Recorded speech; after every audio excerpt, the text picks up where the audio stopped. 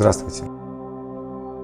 Буквально недавно я приобрел циркулярный станок, и первое, что я решил сделать для этого станка, это вставку для фрезера. Она временная, и сразу скажу, что это простое решение, которое можно назвать его самым простым для фрезера. И по-хорошему у меня в планах один настоящий фрезерный станок с хорошим лифтом, с точной подстройкой, с направляющими. Но это все в перспективе, а буквально на днях у меня будет небольшой проект. Хочу сделать деревянные тарелки. Уже давно лежат доски из лиственницы. Специально для этого покупал. Особая точность там не нужна, но фрезер обязательно нужно закрепить в стол. И поэтому я решил в первую очередь сделать вкладыш для фрезера. Благо циркулярку я покупал тоже, кстати, именно по этим параметрам, чтобы можно было вставить фрезер в стол. Мой циркулярный станок может похвастаться хорошим вылетом расширительного стола. И там как раз отличное место для фрезера. Расширительный стол у этого станка действительно очень хороший, очень большой. То самое главное, очень прочный. Минимальные люфты, и даже такой фрезер, как мой, я считаю, он точно не самый легкий, ему очень трудно будет опрокинуть этот стол. Я думаю, что фрезер, он будет наоборот еще утяжелять конструкцию, вибрация у стола будет еще меньше. Но все равно при всей ширине вылета я решаю сделать вкладку как можно меньше.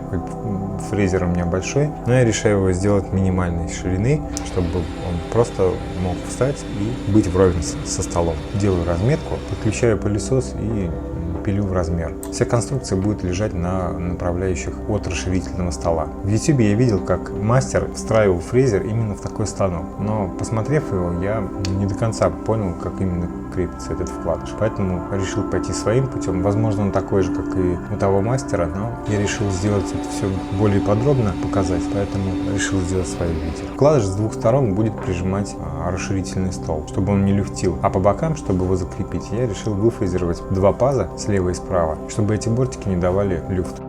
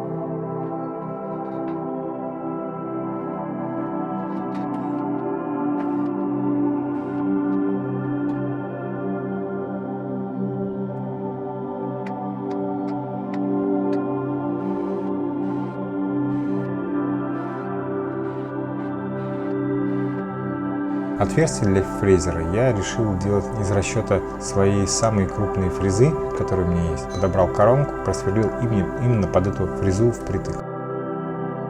В дальнейшем, конечно же, будет во фрезерном столе несколько колец, которые будут меняться в зависимости от крупности фрезы. Примерив вкладыш уже к станку, я решил, что все погрешности, которые получились, вполне компенсируются быстротой изготовления. Так что решил я этот вкладыш немного шлифануть и уже потом дорабатывать. Как всегда, забываю одеть респиратор во время шлифовки фанеры. Как всегда, у меня к вечеру от этого начинает болеть голова. Так что не забывайте его средства защиты, обязательно при работе с фанерой одевайте респиратор. Материал очень универсальный, но очень едкий. Так как фанера у меня давно уже лежит в мастерской, она не очень ровная, и чтобы убрать лишний люфт, я решаю закрутить 4 самореза, чтобы с помощью них убрать лишний люфт.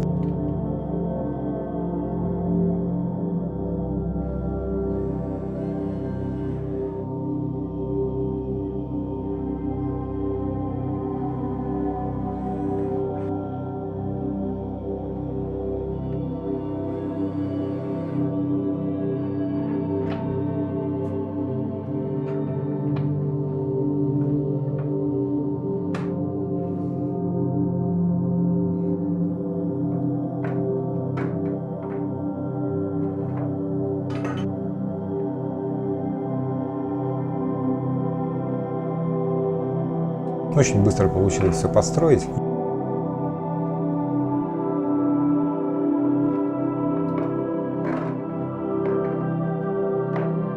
И чтобы шляпки саморезов не портили мой новый станок, не царапали, я шляпки заклеил изолентой.